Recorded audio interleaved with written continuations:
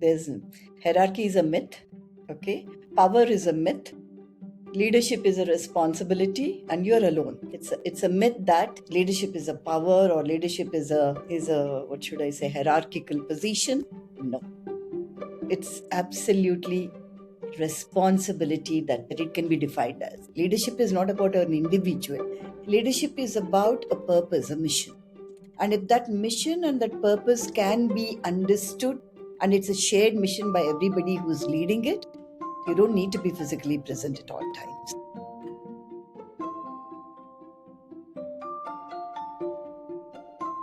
There is a moment in every school leader's journey when presence stops being enough. You can't be everywhere and you can't see everything. Yet, leadership must continue. Today's conversation talks about these invisible decisions and judgments that hold multiple schools together. Today's guest is Miss Seetha Murty, Director of Education of Silver Oaks International Schools, working with 7,000 children spread across 5 campuses. And she calls herself a principal learner. Let's begin. Early in one's leadership journey, presence is very important. It plays a critical role. When did you first realize that being physically present in all campuses was no longer, of course, possible and even enough to lead well?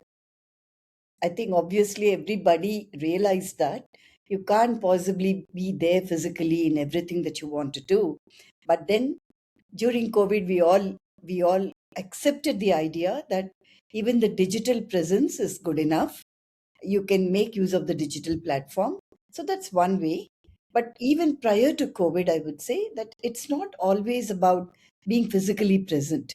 It's not about you. Leadership is not about an individual. Leadership is about a purpose, a mission.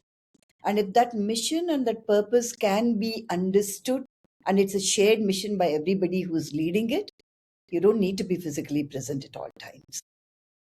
And when you are leading from a distance, then how does the decision making change? That is number one. And before you make a decision, you also have to evaluate the health of the various teams you are leading. So, how do you evaluate from a distance and then accordingly decide what actions need to be taken?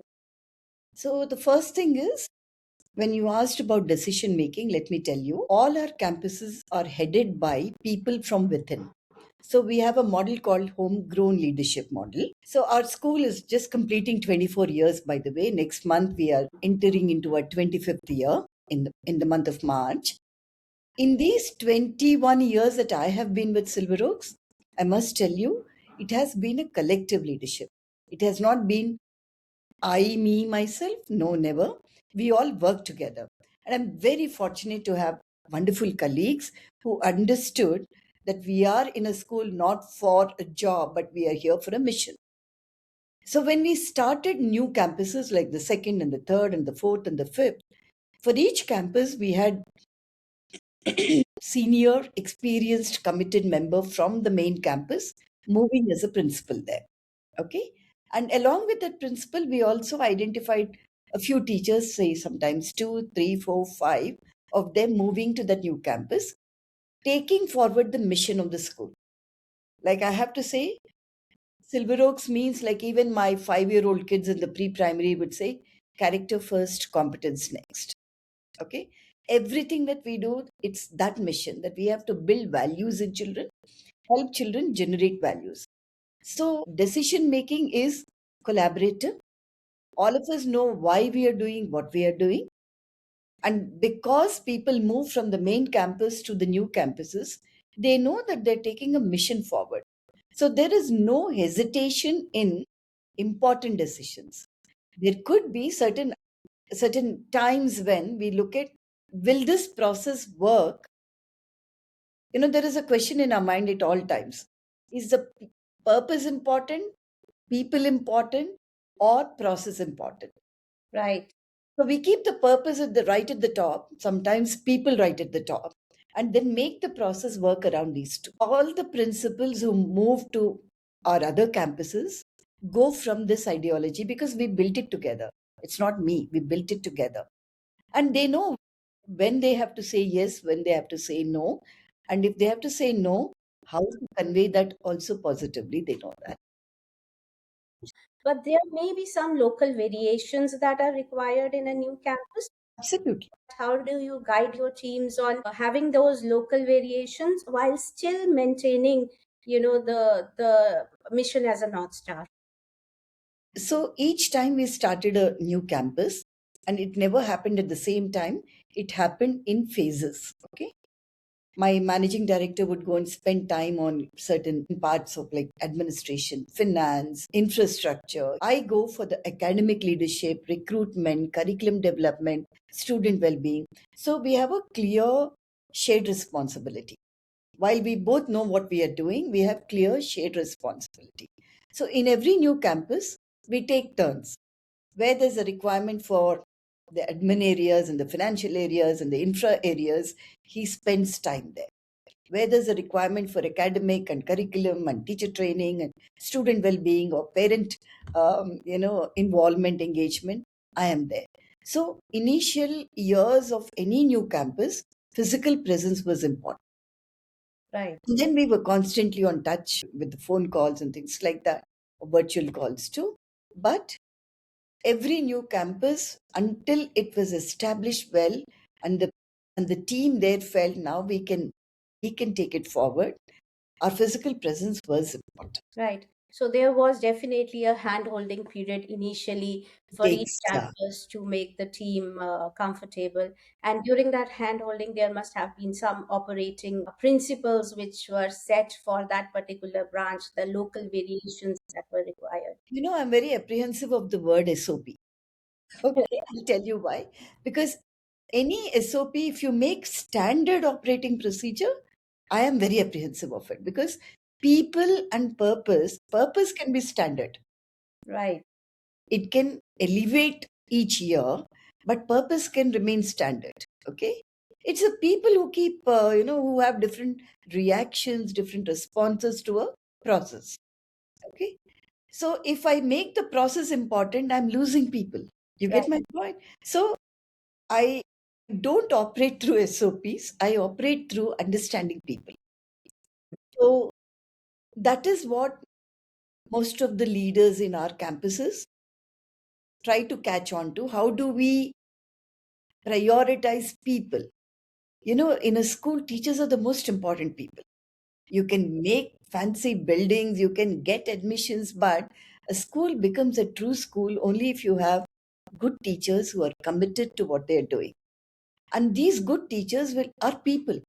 They have their families, they have their requirements. In their case, if I make the time and if I make the deadlines more important than their personal emotional safety, I think I'm working for a process then. So I don't have SOPs anywhere at all. In each case, I try to understand what is a problem and I spare time for that. I think that's most important in a school: children, teachers, then parents. These are the people that you need to understand, where are they coming from? Why are they not understanding this part of the school? And then take time to explain it.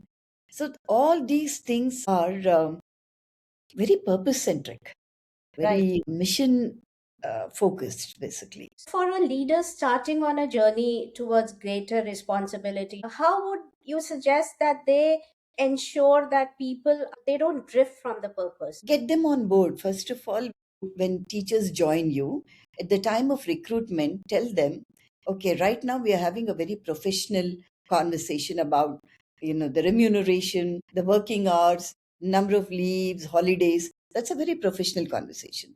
Once that agreement has been arrived at between a school and and a prospective teacher, the next part we all have to do is, now we are together, we are a team. This school focuses on this mission, on this purpose. So, together, how will we drive it? So, when you make your teachers as a part of your driving force, okay, and they're not your employees, they're not people, they're not your subordinates, they're your team along with whom you are going to drive a mission. That's the kind of, for anyone who's running a school, I would always say, get your teachers on board with you. Make them feel that they are a part of this entire mission of running a school.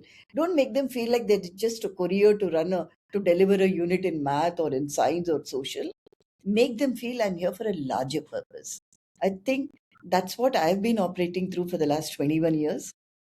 That's the advice I would give to anybody. Right. And can you take us to a moment where you actually faced a bit of a difficulty in getting people on board, getting people aligned to the purpose? So, almost 18 years back, I started something called stationery policy. It has a story. I've seen children bringing expensive pens and pencils and erasers and pencil boxes. They try to show off with that. Yeah. And then, invariably, some children will lose them.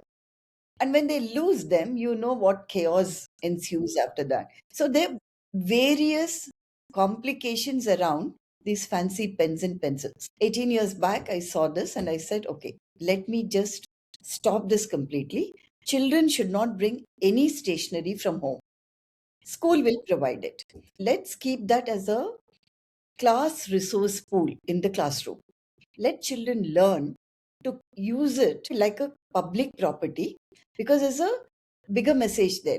When you're using public resources, you need to know that you have to preserve them, save them, not tear them, throw them, misuse them. So use the class stationery as a public property. Now, this is a very deep ideology and everyday poor thing that teacher has to struggle in the classroom to teach children. While she has to teach the math or whatever grammar and things like that, she also has to focus on teaching them how to conserve the pencil, how not to bite it and things like that. Okay. So it took nearly 2 years, I must tell you, for teachers to believe in it. Because of the practical issue, many teachers found it challenging. For me, this is something very dear to me because I feel we need to groom children with a sense of conservation and sustainability. So, this is one thing where I felt very challenging in all these years. Every year, somewhere, there would be some compromise in the classroom, but then I did not let go. Okay.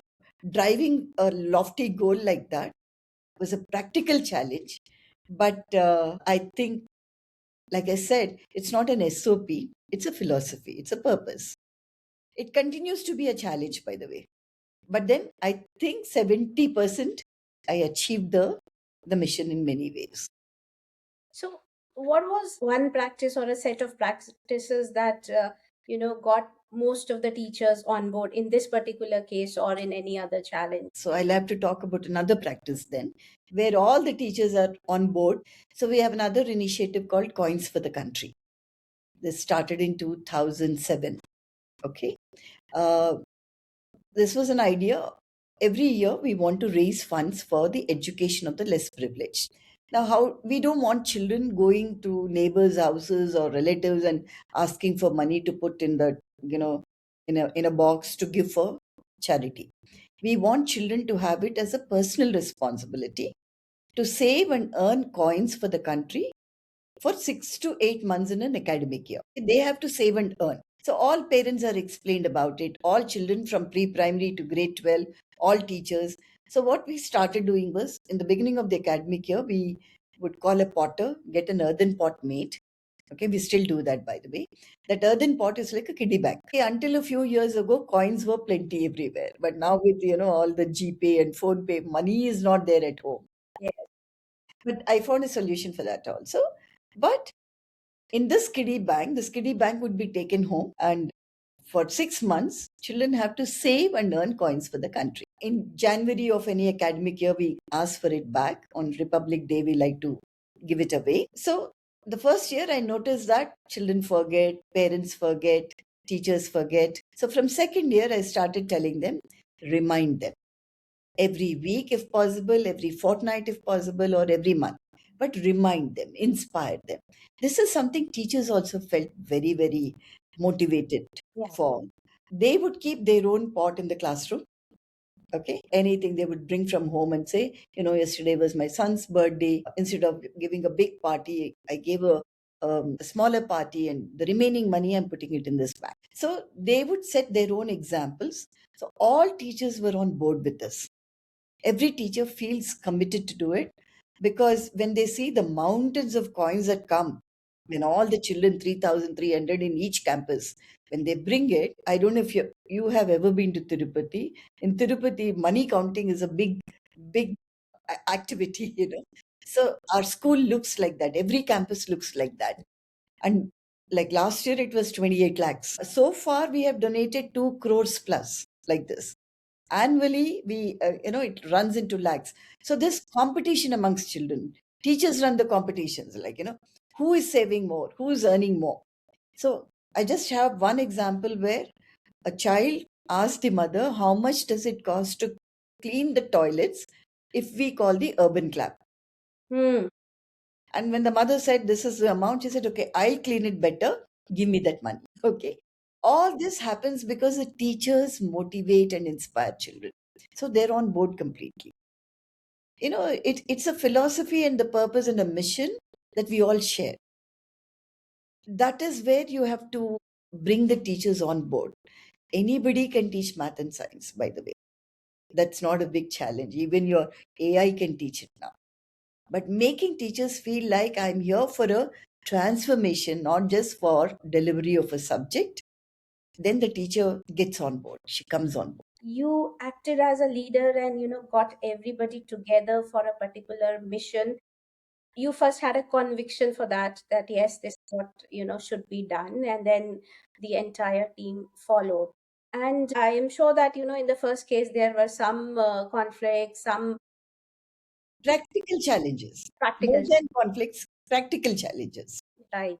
So how do you ensure that these practical challenges are addressed? The next layer of leadership is given sufficient autonomy to handle those practical Yes, challenges.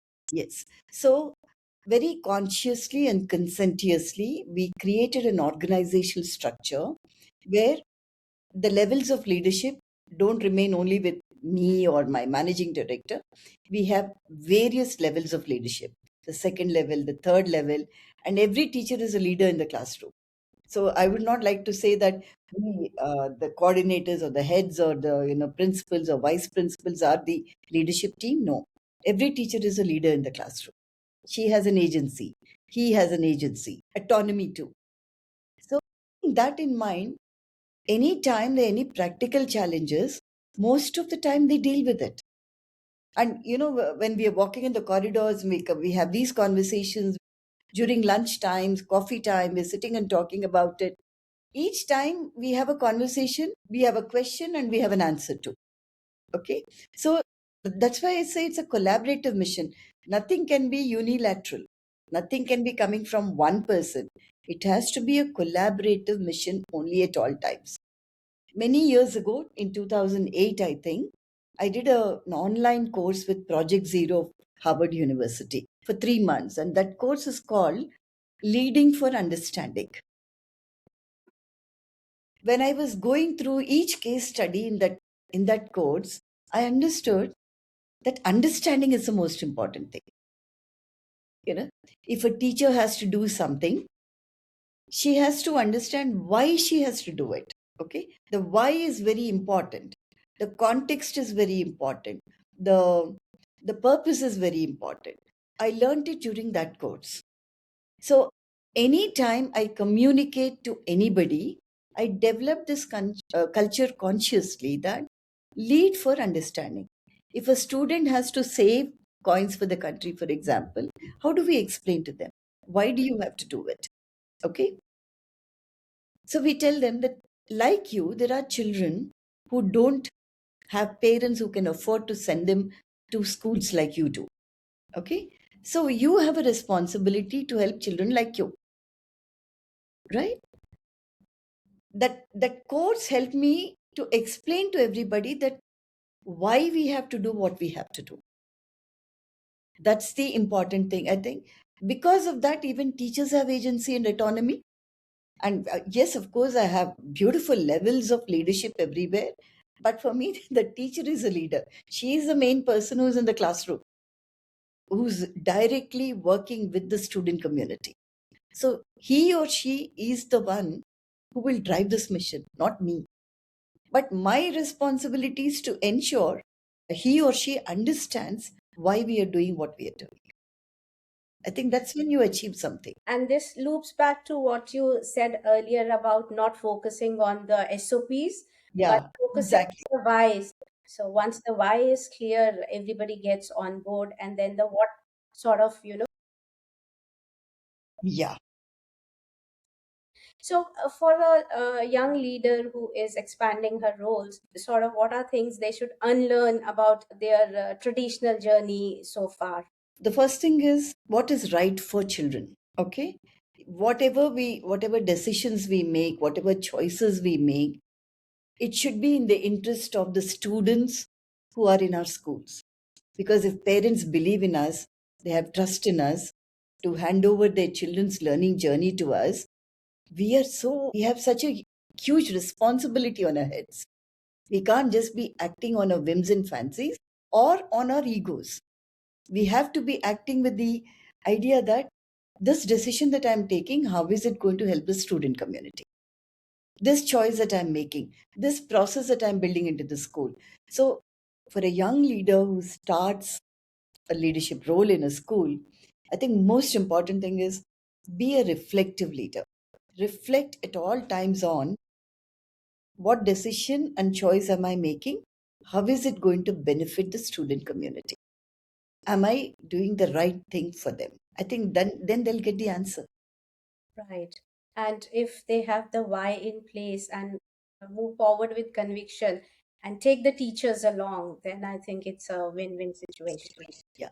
And that why can be it's a very relative term, by the way. Context to context, school to school. Okay. Different school models are there in the country, in the private schools sector that I'm talking about. You have the low end, you have the middle end, you have the high end private schools. And each school has its own why they're running. Okay. So, most ideally, a person who's taking up leadership in a school should understand the why of that school. Because if your why and the school's why are conflicting, you'll never be able to operate. So before joining a school, you need to know what is the why of that school. What Right. is the mission of that school? How will I be able to contribute to that mission? What are my competences to contribute to that mission? And if I don't have, how will I build them? It's not a job. Being a leader in a school is not a job at all. It's as important and sacrosanct as being a doctor who every day serves patients, saves lives. It's the same thing for me. I feel it's a very noble mission because every decision you make makes or mars the learning journey of a child. So it's so important that we are very ethical, very reflective, very clear, rooted, and anchored about what we are doing. And as leader, we pass on this message to the teams also, whether we are Yeah, absolutely. in physical presence or we are spread digitally, we are conversing with them. So, reflecting on your journey, ma'am, what has been the most satisfying lead moments as a leader, and what have been the learning experiences in your journey so far? Okay, mostly, like I said, in this school, I completed 21 years now. But prior to this, also, I was working in different schools of India. The first turning point in my career as a teacher, as an educator, was when I was working in Shillong in the Northeast. I was working in a private school in a senior secondary segment of that school, teaching 11th and 12th graders. The students made me a better teacher, by the way. They made me see the purpose of being a teacher. I found the students of the Northeast very unpretentious, very plain speaking, no manipulations at all, and transparent. I learned from them that's the beauty of life. Unlike the people in the rest of the country where, we're always watchful, we're always thinking about what do the others think, how do they, perceive us and things like that. These people taught me just to be transparent, plain, honest. That has been a turning point for me as a teacher. They also taught me to be a researcher because of the kind of questions that they asked. Luckily, that's when this is 25 years back I'm talking about. That's when internet was exploding, so I could at least get some information on the internet because they would engage me in debates about India, Northeast. I was teaching political science and English there. Because of their questions, I had to research more, study more, because they would not be, they cannot be silenced with stoic answers. So that has been one turning point. Okay. Well, after that, in 2005, I joined Silver Oaks as a principal. There's no looking back. I'll retire from here only now. Okay. Whenever I retire, whenever I feel that now my body and mind cannot work anymore, I'll retire that day. But the turning point has been Yeah. every day in the last 21 years, because the mission is so beautiful. Character first, competence next. No compromise about on the value generation in children. When children come to us and ask us or complain about somebody, I would ask them back, tell me what should I do now? Ma'am, somebody has done this. Okay, tell me what is it that I like the idea of making children think, reflect what is right. So value generation comes from them. I don't have to tell them this is right or wrong. Everybody knows what is right or wrong. We just have to take time, pause from a busy schedule and make them reflect. So for me, every day, every year has been a turning point in Silver Oaks, and I absolutely love what I'm doing. That's so beautiful. And I think you talked about leaders being reflective, and now you also talk about helping children, helping your students develop this skill of being leader. Yeah, So that's recognize the values in them. When you ask them, okay, tell me what do you think we should do? Then they'll think, I think I'll go and talk to them. Fine, go and do that. You handle the issue. You make sure that you will find solutions. But we need to take time, pause ourselves, and make them think.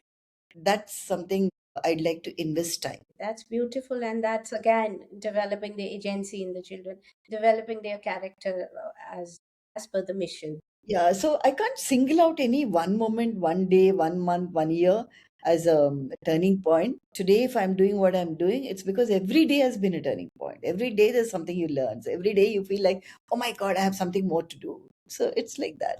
And I can still, your passion is so evident here that every morning go to the school, and then Yeah, there would be so much to learn and so much to reflect on, and yeah. so much to give back to the students and the teachers. So that's beautiful, ma'am. Thanks for sharing that. And when all of this entire ecosystem is working so beautifully, when the leadership is reflective and powerful and mission driven, and when the teachers are also buying into the mission and they are working as a team, the students are being reflective. What is it that the parents notice differently, and then how do they also get on board? I think if for 24 years a school has been doing very well, it's because the parents appreciate Hmm. what we are doing. In fact, just this afternoon, one of our students' parent, they shifted their house far away from where we are, so they had to um, change the child's school. Okay, because our school bus would not go in that direction. So last year they shifted the child out of our school, joined her in a different school. Today they came back saying that no, ma'am, we will shift our house, but we don't want a child there. I said, why? They said, no, ma'am, studies, everything is fine, academics are good, but the character, the values that your school focuses on, we find that missing over there. So we don't want our child to grow up like that. And this child is just, I mean, completed grade 4 until grade 4 with us. He's done grade 5 somewhere else, joining us back in grade 6. And the parents perceive that, and many parents come and tell us that our children behave differently. By the way, we don't do any publicity, no promotional activity for our school, not a penny we spend on that. But for every vacancy, we have 10 in the waiting list. Hmm. So every parent that we interact with, we ask them, like, how do you know about a school? Okay, you saw the school bus, you saw probably a school building and things like that. They say, we see children from your school in our community. The way they behave is so different from how others behave. So all this speaks about how parents perceive the school, what we are doing. Many practices which make children feel like I'm a useful person at this age also. So children, Being a child is not about doing math and science. Being a child is also about being responsible, being open minded, principled. So they can feel it, do it, and parents perceive it. That's what they come and tell us. So again, it goes back to character first, the mission of Yeah, character first. And is this is across campuses, all the five campuses, absolutely. and you are In the fact, within 3 to 4 months of joining, usually parents come back in the first PTM, they come back and tell us, what do you do? Our child has changed. We don't do anything. We don't tutor. Even their language changes. They think that we're teaching soft skills. No, we don't teach any soft skills at all. We make them reflect. So any child who is encouraged to reflect and think and respond will be able to articulate one's thoughts very well. So that is what people think as we're teaching them soft skills. No, there's nothing, no soft skill tutoring here. It's about making the child think and reflect. That's what the parents also come back and tell us. And we see a different child altogether. so I think for leaders listening here, build this practice of being reflective Yes. in themselves, of course, starting with themselves and then the teachers and all the way down to the students. Yeah. So the entire ecosystem works on being True. reflective. So that's thanks for sharing that, ma'am. That's a very powerful and beautiful experiences you have shared there. And can we move to some rapid fire round questions? Certainly. Sure thing. Okay. First question: one part of a school day you still enjoy the most? Assembly. Okay, a good beginning to a day. Okay, next question: a habit from your early years as a principal that you still hold on to? Reading. Okay, so is there any book that you would like to suggest for the students, for the teachers, or the leaders? I would recommend Seven Habits of Highly Effective People by Dr. Stephen Covey. For the students, also, I would recommend the same book, but written by his son, Sean Covey, Seven Habits of Highly Effective Kids and Teenagers. Okay, right. Next question: one thing that schools often underestimate? The potential of a student. Okay, right. Because every child, whether it's a 4-year-old child or an 18-year-old child, they have potential. You just have to have the patience to bring it up. Right, that's beautiful. Love it. Next question: a moment that recently reminded you why this work, what you do, really matters? A moment. Well, this afternoon it happened. I told you about my eighth graders. They were having lunch. I just walked there and sat with them. They asked me about how do I manage so many different things that I do. So I told them one thing is when I interact with you, I get lots of ideas. So like you said, turning points. I can't say one thing. Even moments have multiple moments. This morning I went to do a storytelling session for my pre-primary kids. Okay. I think that was another moment where I learned. I started my career as a pre-primary teacher, by the way. From there, and then before I became the principal, I was taking care of 11th and 12th. But now, looking back, I would say for anybody, the changing moment is when you see the star in the eyes of the children. That, yeah, I understood this, I learned it. I think that's the changing moment. I mean, I make sure I have time to work with children of all age groups. Right. I do workshops for my 10th graders, 12th graders, 8th graders. I don't leave any opportunity to work with you. Is that also a source of your energy? That is the only source of my energy. Okay. Because I tell parents, guys, you don't know what you're missing because I work with children. That's why I'm very happy. You people work with adults. Many of you don't even have a smile on your face.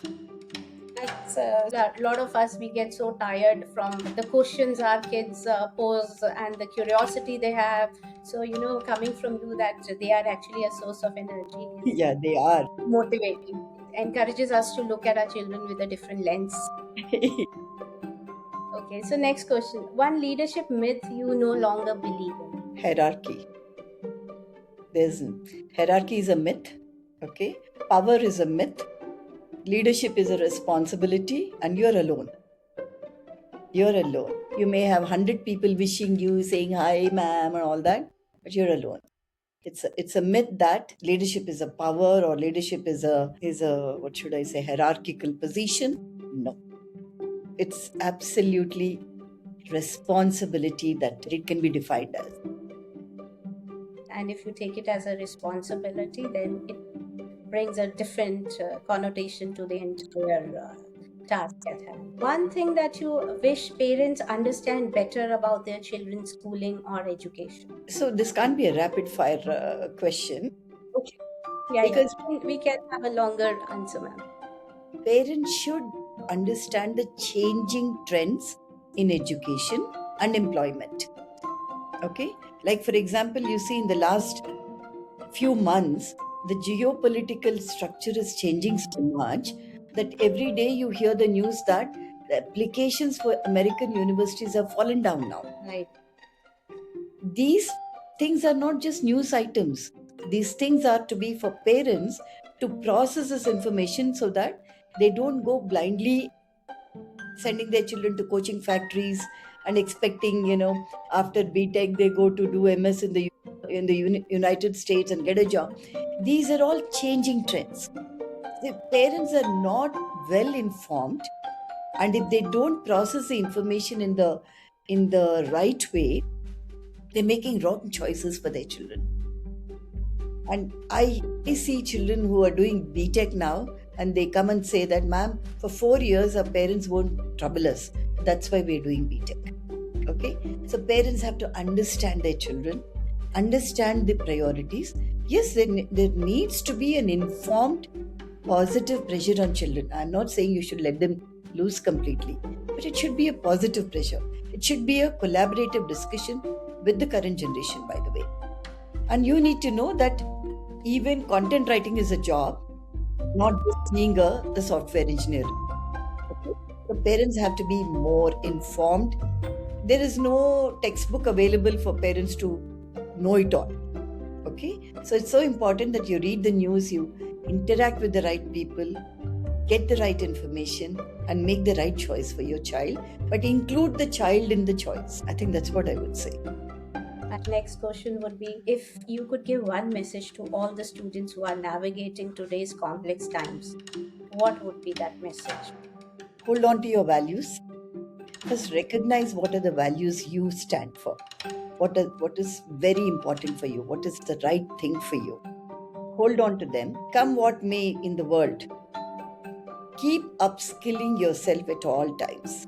Know not just where your aptitude is, but where your interest also is. Blend the two and keep upskilling yourself. But your values first, your character first, your competence next. That's what I would say as a message to students. Because in this world where every day there are I'll have to give you an example here. Yesterday, one of my old students had come visiting me. She's doing her master's the last semester in the US. So she tells me that, ma'am, I'm resisting the pressure of joining a consultancy firm for a job prospect.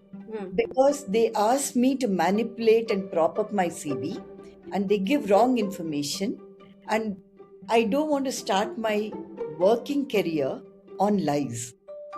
Okay? I am sure this girl will find a job. I have no doubts about it. Or she'll be someone who will create a job. Okay? But until she becomes that, the challenge will be, how do I stand on my values? Don't compromise on small things. Okay? And make sure that you know who you are, what you stand for, what skills you have, and what you're ready to learn. I think that these are the things that will take you forward. These messages are very critical for our students going forward, because Yeah. the world is going to be increasingly complex and uncertain. And ma'am, the last question for the leaders who are listening and who are expanding their responsibilities, who are moving up in the school sector, what would be your message? Continue to reflect on your own leadership skills. Do I have pedagogical leadership ability? Do I have social and emotional leadership ability? Do I have the ability to understand the community around me and blend them with my school community? And finally, do I have the administrative ability to run a school? These are the questions that we'll have to continuously think about. Can I do this? Do I know? You don't have to emulate somebody just because they're doing something. You don't have to bring anything. You be you. The day you are you, you will know what you're standing for and how you're carving your own mission in life. So you be you and recognize what are your, just like I told about the students, recognize what are your values, what are your competences, build upon them. And that's it. That's a powerful message, and that's a very good point to stop our conversation so that we can all ponder on these points further.